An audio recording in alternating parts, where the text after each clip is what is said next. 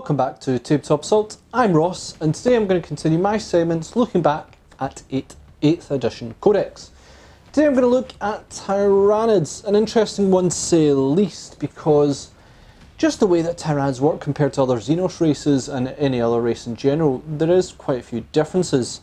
Now, when looking at this, I'm going to have a look at their rules in general, like their Warlord traits, their Relics, Stratagems, etc.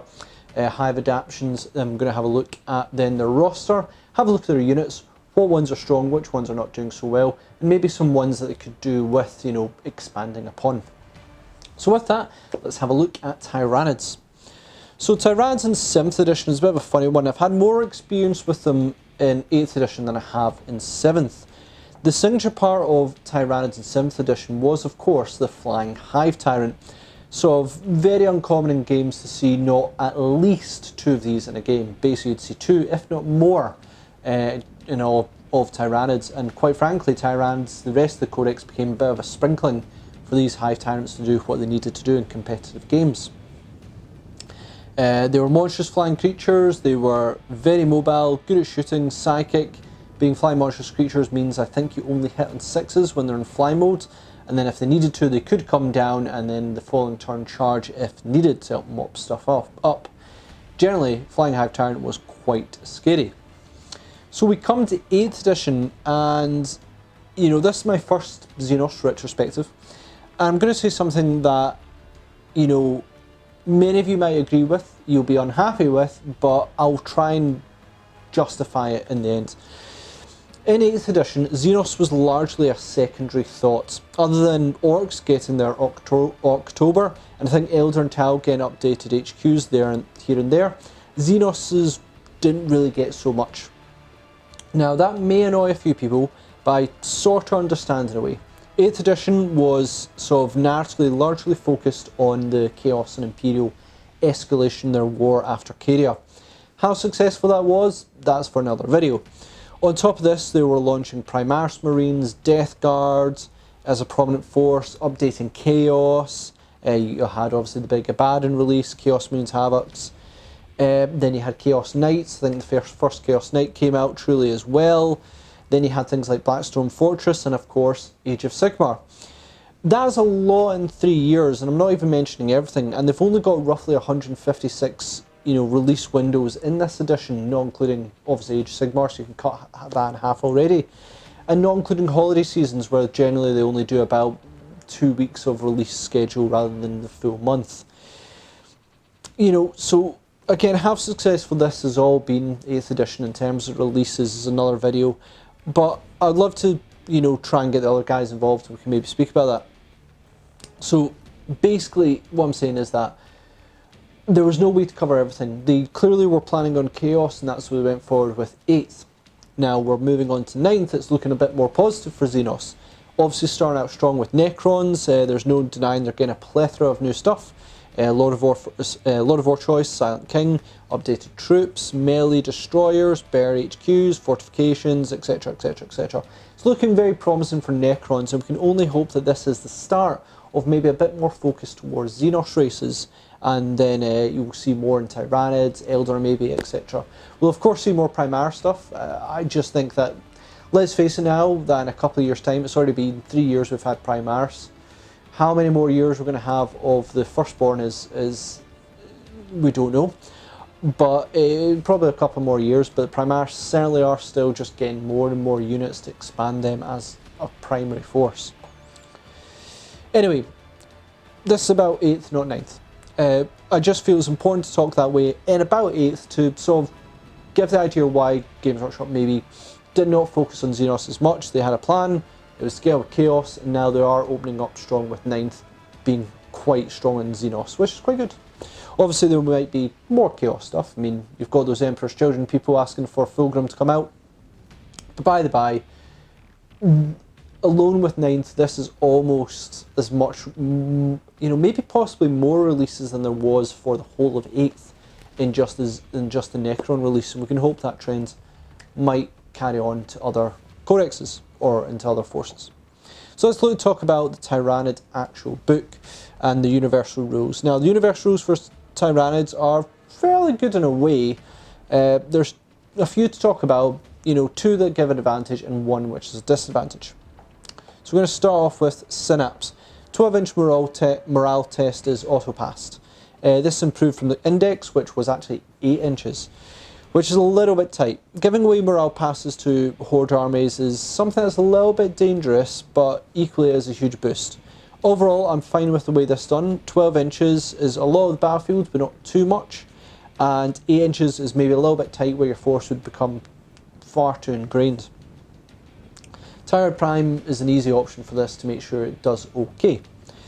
Instinctive behaviour. This took a major change from the index. Beforehand, as if any unit was not within 8-inch synapse range, it essentially made it hard to target the nearest enemy unit. It meant you had to essentially target the nearest enemy unit, whether it be by ranged or charging. This did not sit well. An opponent could try and target synapse creatures and then force your units to engage units that they didn't want to engage in, and just generally didn't work out well.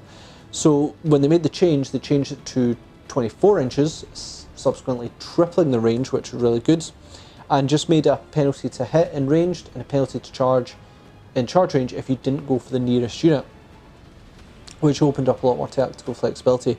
So this was the biggest successful, you know, sides where I think that players instantly gave their review on the index side and went, wow, no, this is not working, and Games Workshop did change it by listening to people's reviews. So that was quite good.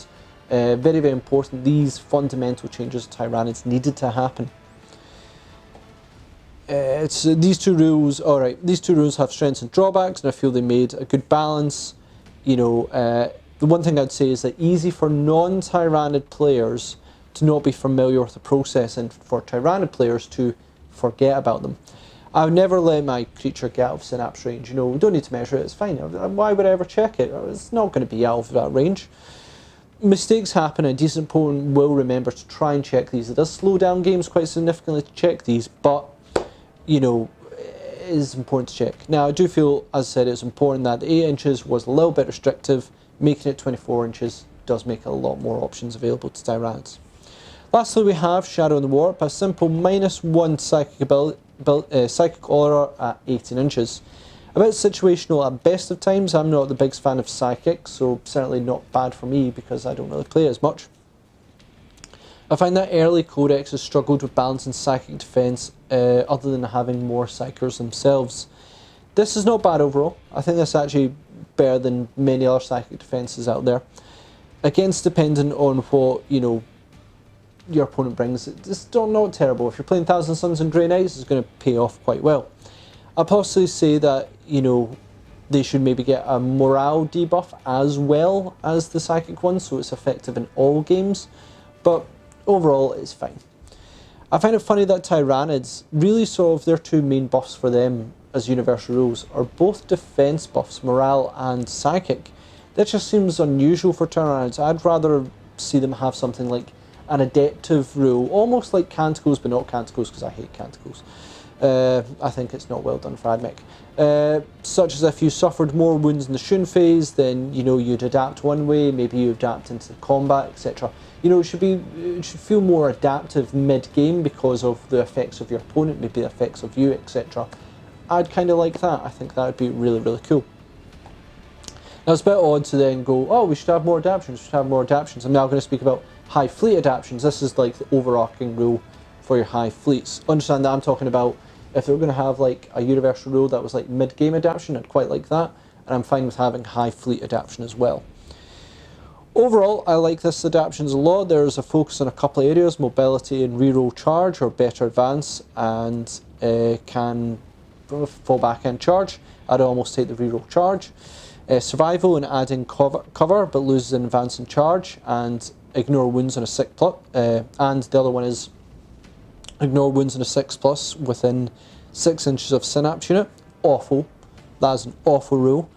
Bear combat reroll hit if you outnumber, or reroll wound rolls of 1, probably go wounds, and reroll hit rolls of 1 if you stayed still when shooting, which is very, very solid. All pretty good. Maybe 1 or 2 psychic lists would be better, you know, maybe a psychic focus one, but I find that, you know, it's kind of not bad. Firstly, it seems odd that Tyranids actually have negatives on the things that they would negate your bonus, such as advance and charge, or not being within 6 inches of a synapse range model. Yet the reward for having these, negatives or limitations is actually not that good. I would for sure replace these. Leviathan, Synaptic Imperative. Within 6 inches of synapse creature, get an ignore wound roll of 6+. I hate the ignore 6+. Personally, I just find it dull and fairly ineffective. Maybe a bit better in Horde armies, but even then, if you had a unit of 30, you're only saving 5 of them really, math-wise, which ain't great. Not including multi-damage, which will pretty much negate this ability off the back. I'd say, if anything, I'd say to change it, maybe make the whole army 6-up ignore, but if you're within synapse range, give it 5-up. That would be really, really good. I can't pronounce that one. The Tunnel Network. I think this may need to be slightly changed with cover now, just rethought. It feels right now, but considering you lose when you charge or advance, then, I just feel that there needs to be a wee bit of a change here. It seems almost like you're giving up advance and charges, which are big for Tyranids, when you really want to, and also this Tunnel Network. It just doesn't seem quite right. Something seems a bit weird here. So I'd maybe say those two, out of all the ones I've seen in the Hive adaptations, those two could be changed. Warlord traits. Now this section is bad. Like, really none of these stand out to me very well. And this is your Warlord, for goodness sake. Brutally honest, they kind of need to redo this from the ground up. Best you could probably see is Leviathan. Once per battle round you can reroll certain stuff. This is kind of like the Custodes Victor of the Blood games, which allows you to use bear because it's once per turn, yours and your opponent's. It does cost 2 command points, but it's always worth it in game. To have a Warlord trait that's only 1 battle round, if anything, it should be, once per turn. Would be really, really nice. But even then, that's like the only one I can really sort of recommend, which doesn't feel very good. More importantly, I'd say Blood of Battle really helps here overall. Now, this gives you obviously your choice, your adaptations you sort of get, where you can give up a Warlord trait and you can upgrade either an infantry squad or a big creature, etc., with a bunch of upgrades. And there's no reason that can't be your HQ, as far as I'm aware. Overall, a lot of better options. I don't know if they've nailed sort of how to give the options to the smaller creatures. The reward seems a bit difficult when a lot of those creatures are going to get shot off the board quite easily. But I'd say certainly for maybe Geneseers or Hive Guard, they're going to be quite good. And for the big creatures, generally they've done quite well there as well. Certainly, I almost look at that section first before I look at Warlord traits. So yeah, really got to rethink this section, but if there's 2 I was going to replace, it would be Alien Cunning. You can redeploy your Warlord before the first battle round in your deployment zone. Just to spite us, the picture on the left is a Necron. Now, if it was the Deceiver, that would be horrendous. Because let's face it, the Deceiver laughs in Star God at this. For those of you who don't know, the Deceiver basically can, just for the first start battle round, he and D3 units can move, D3 infantry I think it is, can replace themselves anywhere in the battlefield, even your opponent's deployment zone, as long as they're more than 12 inches away from your opponent. They just can't charge, which is no ideal for Tyranids. But still, like, I've managed once to move, and I think I could, and maybe it's no infantry, I think it's just D3 units. I moved the Deceiver, a Catacomb Command Barge, or an Overlord, and 2 units of 20 Necron Warriors, right behind my opponent, and then I got first turn, so I moved them into rapid fire range and destroy, like, all their heavy weapons. It was crazy.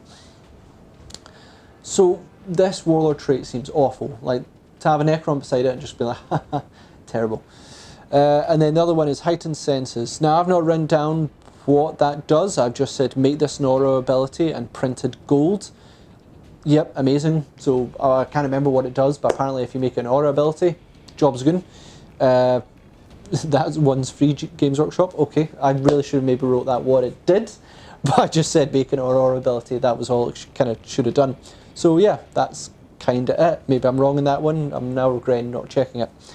Stratagems. Tyranids have a total of 28 stratagems in the Codex to choose from, with 6 locked behind Hive fleets, with 1 kind of locked behind a Hive fleet. I think some units can take it if they're not one of them, but all the units can if they are part of that one.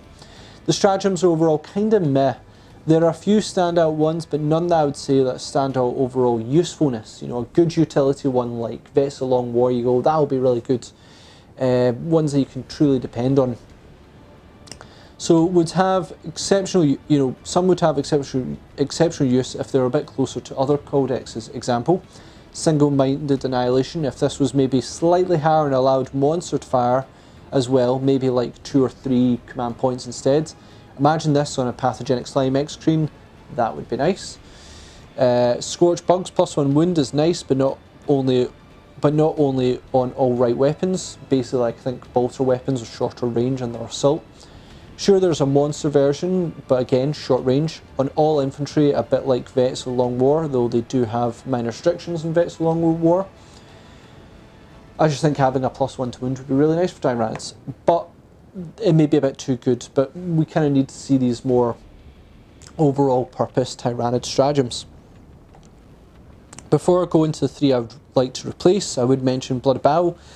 It does add in some really good stratagems, making certain units more plausible because they've got stratagems in them. That's kind of common for Xenos races, and Ashram Eltarum, they go, what units aren't working?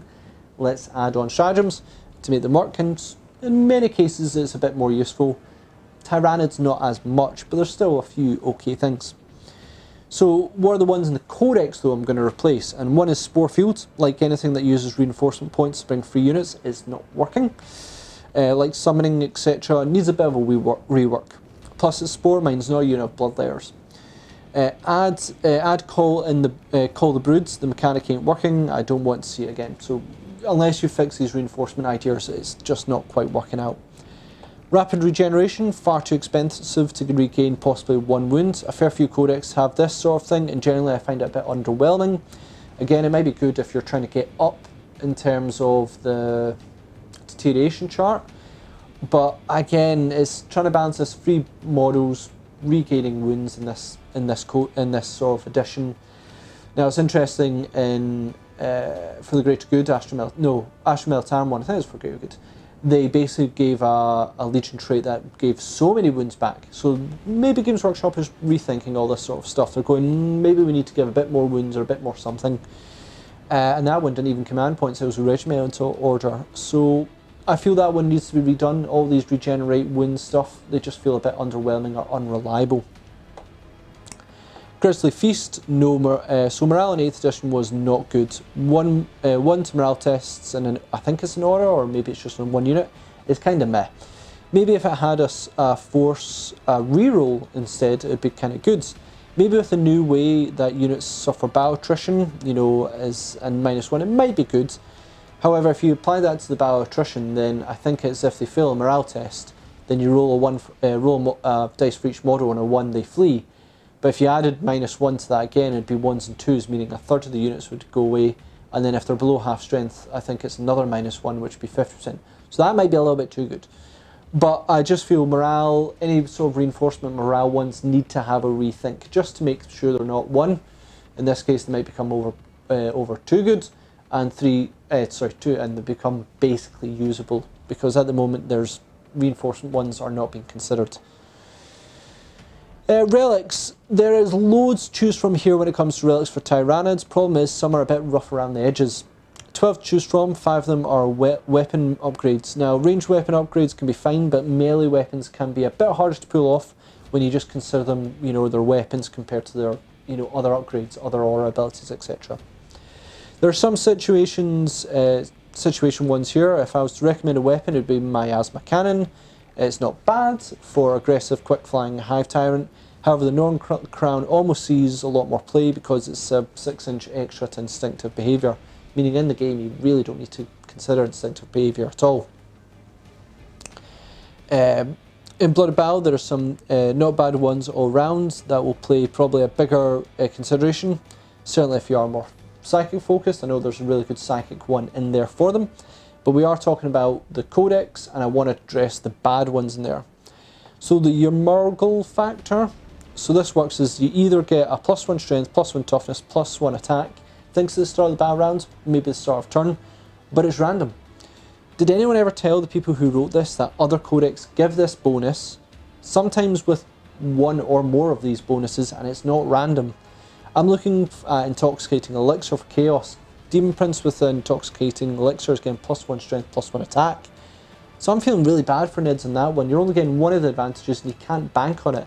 If you're going to do random, do random. I don't know, maybe adapt in some way.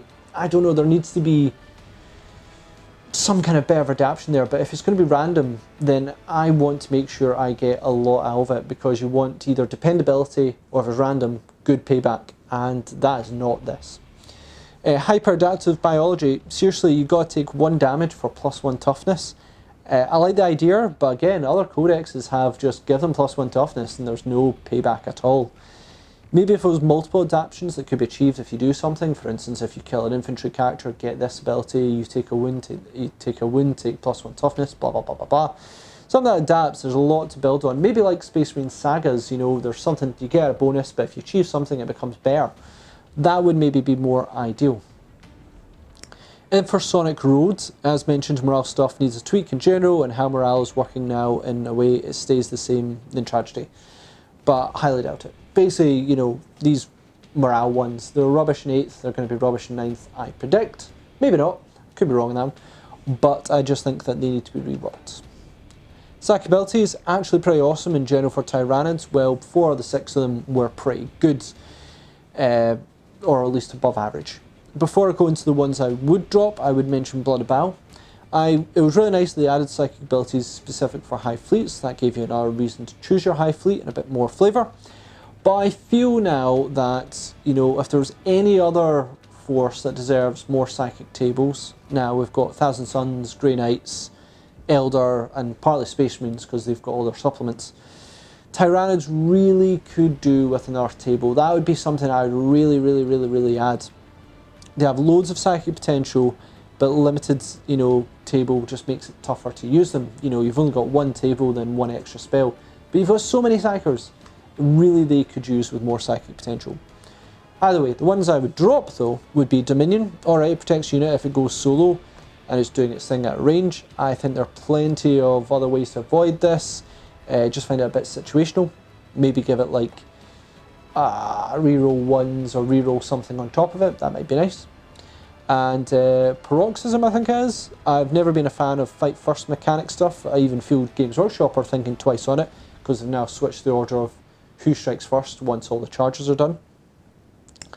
Maybe, and this is a bit dangerous because I'm sort of stealing rules from High Elves in Warhammer here, but for instance, say it means you all strike first, fine, but say you charged and have this, then you would strike first and reroll all hits. Crazy, but I think that would make it not bad, though they give this pretty much army, like in the past, in whatever edition of Warhammer it was, they gave this like army-wide to High Elves, and they near enough always struck first because they had high initiative, that they all struck first and they had reroll hits, and on High Elves it made them brutal. But I think just as this is a spell, if you go, right, cool, this unit's going to charge, it charges, and if it charges then it's getting +1 to hit, given reroll hits. I think that would be fine. That would make it much more useful in situations, rather than you charging going, well, I sort of lost out on that ability. So let's try and summarise these parts. There's a lot to look at Tyranids when it comes to rules to change. Their Warlord traits need to be done from the ground up. Their stratagems, a wee bit of tweaking. Overall I'm actually fine with their stratagems, but a wee bit of tweaking would be nice. The Relics needs a little bit more focus on there. And their high fleet adaptations, a little bit of tweaking, but overall I think they're actually not bad compared to other codexes. Yeah, overall I think it's fine. I would like more adaptation trait, as I said, a bit like Canticles, but not. Would be quite good for them as well. So the next section I'm going to look at is the roster. We're going to have a look at special characters, HQs, etc, etc. So special characters, okay, this is one is extremely complex section to talk about. Seriously, we have the Swarmlord, which should be good all-round army buff. Adaptive, that's his sort of thing, I believe, as it was in previous editions.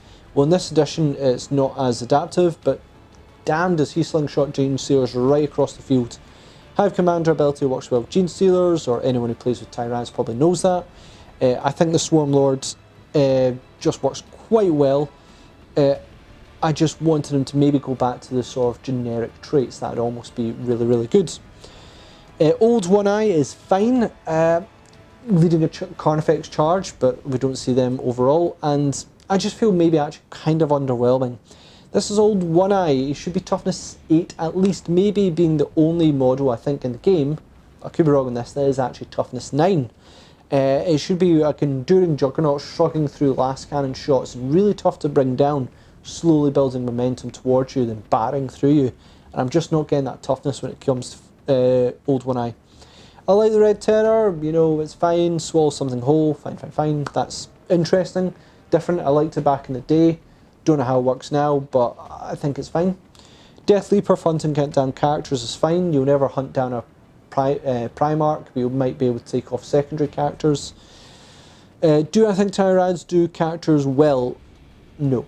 If Necrons can have the Sand King, then there's going to be a lot of room for something, you know, higher, something scarier. I think it's called the Norn Queen for Tyranids, I could be wrong. A Lord of War equivalent. Tyranids deserve a Lord of War equivalent, and I'm going to go into that rant when I get to that section. It won't take long. It will be basically, there is no Lord of War equivalent for Tyranids, and it's a crime. But I just feel there should be maybe a bit more in special character range here. I want something big and scary. The other one I'd maybe say, oh no, that's HQ. HQ, so actually a pretty good section, but it could be just a wee bit better. Broodlord seems to be the go-to to buff Gene Stealers, you know, which is fine. If you fail to use Broodlord properly, then it's kind of bad, but overall it's not targetable, so that's okay. In contrast, we have the Hive Tyrant, customizable to the hilt, but maybe not enough. You know, you can do well, but it's targetable. It has wings, which is fine. The function of a Hive Tyrant compared to 7th is very different. It is not nearly survivable to be able to warrant it on so many occasions. For all of Tyranid's adaptations, Hive Tyrants could do with a few more. Tyranid Prime, I think, has proved itself towards the end of 8th. You know, if you take a Spearhead detachment with lots of X-Screens and backfield units, heavy support, this is a great cheap unit just to make sure they stay in Synapse and keep protected. Fine, I think it's okay. Tervagon, I like Tervagon a lot, though I would say it's hardly competitive. If you're facing other Horde armies, then yeah, it might do well. If you're taking a chunk of Termagants, then give them Flesh Borers, I think it is, and then Scorched Bug, and then this allows rerolls. Great. Not really bothered by the sort of if it dies, it takes out units around it of Tervagons. That's fine. That's a problem, but overall not bad. It is very tough at toughness 8, so without a win involved, that's a bit of a problem. Overall, not bad. I really like it. And finally, Neurothrope, which is actually not bad, very good invul, so hard to kill, and can put out more wound and fairly affordable. I feel its main weakness is that Tyranids do not have another psychic table. I think that if you're going to take full advantage of this, Tyranids need another psychic table. Yeah, that might be actually one of the biggest things that Tyranids need. So overall, fine. You have smaller combat, bigger combat, and a few support and psychic 1. Fine. If anything else to add, I'd add in a heavy support, something like the Exocrine, backfield, could be Lord of War, could be whatever, sort of backfield artillery unit, something that is designed to stay in the backfield first and foremost, nothing else, not psychic, not going forward. Stay in the backfield, help with Synapse, etc. Other thing is, I'd say Tyranid Prime, give them wings, along with Warriors, give them wings. I'll mention that again in a minute. But I just feel that, I think Forge World actually gave them the option for wings and now they've taken it away. But I just feel if you gave them wings, it'd open up a lot more versatility. Troop choices, 5 here, similar to Space Marines, but arguably with a lot more variety. You have 3 Horde choices, Hormagaunts, Termagants, Gene Stealers, shooting combat and bear combat. You have cheap Swarm unit, though if you want cheap troop choices, you're really not lacking in that department. And finally, Tyranid Warriors. The trick with all these, I suppose I should mention it now, is that a lot of the upgrades for the units just kind of feel redundant. The upgrade costs and even a difference of a point or two on a 30-man squad makes a heck of a difference. And these guys effectively die in droves. Gene Stealers are great, team with various upgrades, Swarm Lords, etc. will leap forward to turn 1 and shred stuff. I've had that surprise happen to me a few times.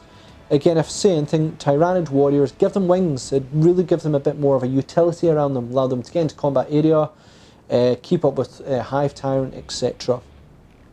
Overall, not bad, but they just need to work out what do they want to do with these upgrades, because sometimes cheap and cheerful is just far better than going with these upgrades. Elite choices, 9 choices here, not a bad amount. Many other armies have a lot less, but it's a bit of an odd section. There are a few alright options here, and I mean there are a few good things here. but it just feels a bit odd. Hive Guard I like, only played them a handful of times, but smaller creatures with impactful weapons, I like them. Take them Chronos and they should do very, very well. Probably one of the best for the shoot twice stratagem on infantry. I think this is a good callback unit for that. Turret Guard do well in combat and nice to protect the Hive Tyrant, but without wings seems a bit redundant. I mean, a Hive Tyrant will probably fly off, do its own things. If you gave them wings, they'd give them a lot more options. Lictors are cheap and a good nuisance unit, probably good in missions where board control is essential. And if the opponent's hunkering down, then probably not going to be so good because they'll probably be killed in some way where their support unit comes in, smacks it away. But a cheap, cheerful unit, good board control. Death Leapers here can possibly take out sporting characters, but generally, if like a unit is scouting to try and get at a point, it's only like a unit of guard, then you know if a Lictor comes by, might get them. Zoanthropes I've never used much in 8th, but I really should possibly use them a little bit more.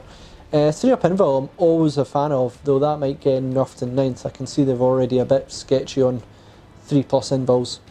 Taking a big unit gives you a much better psychic potential to pull off on Psychic Barrage. The only problem is that Toughness 4 or probably Small Arms Fire might pick them off a little bit. It costs a lot to be able to do Psychic Barrage. I think you need to have like 3 units of at least 3 to do this, and they need to be close by. But it's an interesting investment. Malceptor, special ability does not impress me. It may work sometimes, but hardly enough, and combat is rather meh. To fix it again, we need more variance in psychic abilities. Another table, special abilities, more impactful. Venomthrope I actually like a lot, but mainly as battlefield protection for your artillery battery. A little easy to kill, but the minus to it is very helpful. It's a bit of an investment to take them in a big squad, but that -1 is really going to hamper your opponent, and if your opponent wants to remove it, they need to move firepower away from your big things or things they may want to target to deal with these guys first. Usually I'm always like, right, I need to deal with the Venomthropes first because I just don't want to have that -1 to it. So that in a way really does pay for them quite well. Pavivores, look, I get it, sort of flamer, but they're slow, not particularly tough. It's a bit of a bad combination. They need to either have huge range or they need to be fast to get there to be able to flame away. Generally, not good. Hosprix, this thing can be extremely deadly, but 4+ to it is a pain. Made a lot better in Blood of Battle by giving it reroll hits. Badly needed. Very tough, but without that stratagem, it almost left 8th edition not really showing up at all. Fast attack, now this is a bit of an odd one. It's really odd when you see armies you think they should have a strong fast attack. Tyranids should have a strong fast attack. Close combat seems fine. And then they don't. And then armies that you don't think have a good fast attack do have a good fast attack. Necrons, Admech, Death Guard all have good strong fast attack. Maybe it's because they're complementing the army weakness for speed, but generally even then I'd say that their units are actually really solid just in general as well. So it's a bit of a weakness, you know. Tyranids, yeah, their units are fast, the Spore Mines aren't, but generally everything in the fast attack section is going to be going like 12 inches. But it's just, they're kind of, a bit meh. They're going to get crushed down very, very quickly. The only thing they've truly got going for them is speed. So that's a bit of a disappointing side. I think that's a section that does need to be re-reviewed in some way. Heavy Support, though, is a very strong section for Tyranids with an option of 10. Firstly, Carnifex does seem like, you know, it's in a real odd place for 8th edition. It's such a shame for such iconic units. They just don't seem to have landed as well. I read they are better range, which is fair enough. I haven't tried it myself, but still not quite as impactful as I want Carnifexes to be. I think they need to be much tougher, whether that should be toughness 8, maybe ignore wounds, etc, etc. They have so many upgrades that can get a wee bit unwieldy to use them.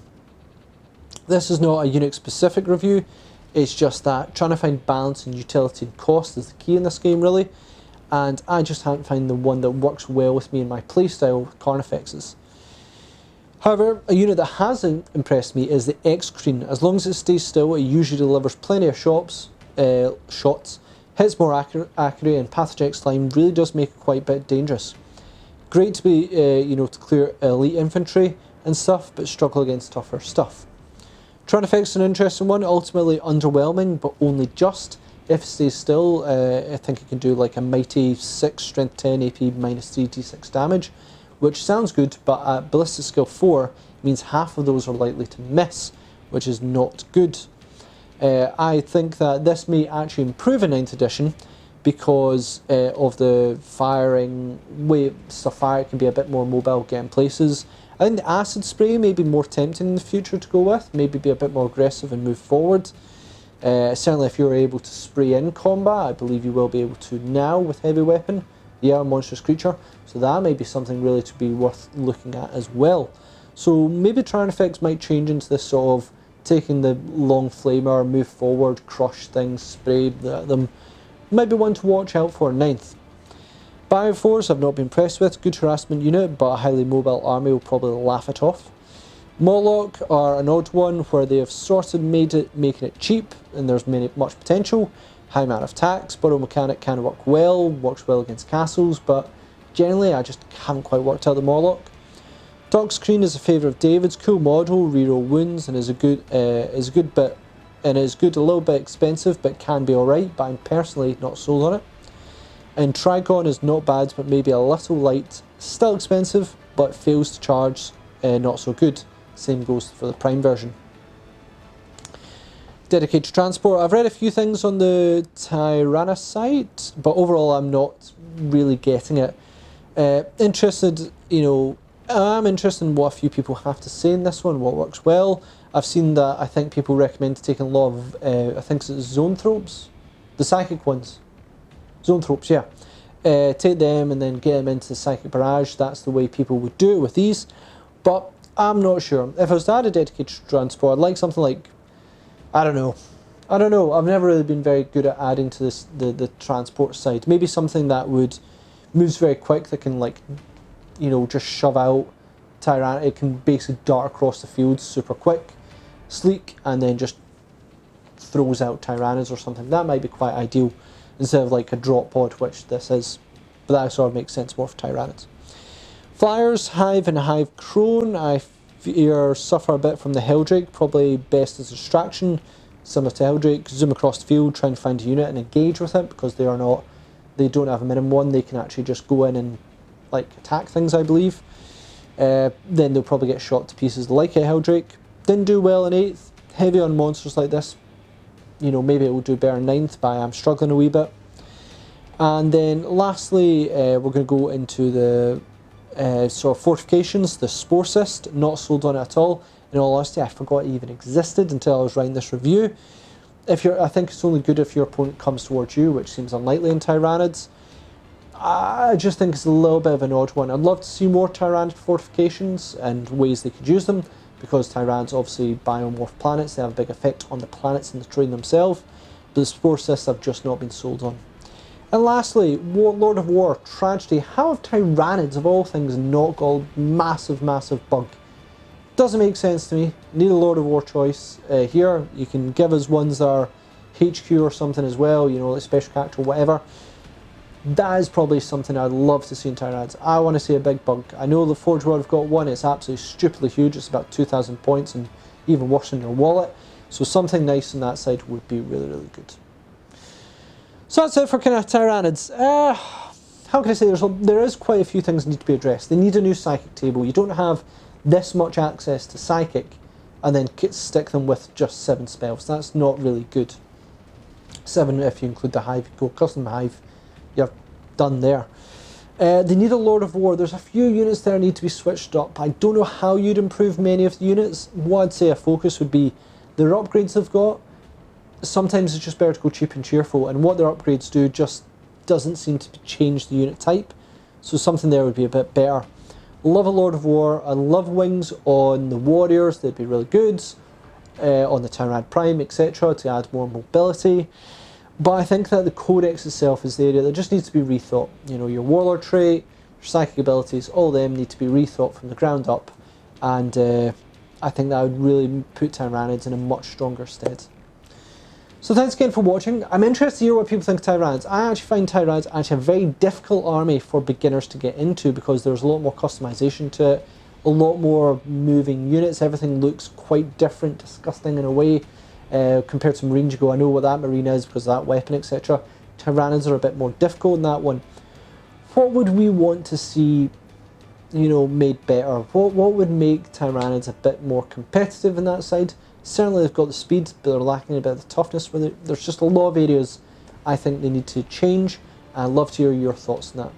So thanks again for watching. Please comment, share, like and subscribe. Check us out on social media, see our upcoming projects, and check us out on Patreon as well to help support the channel, bring you more content, because we absolutely love doing so. So thanks again, we'll see you on our Tabletop Assault Battle Report.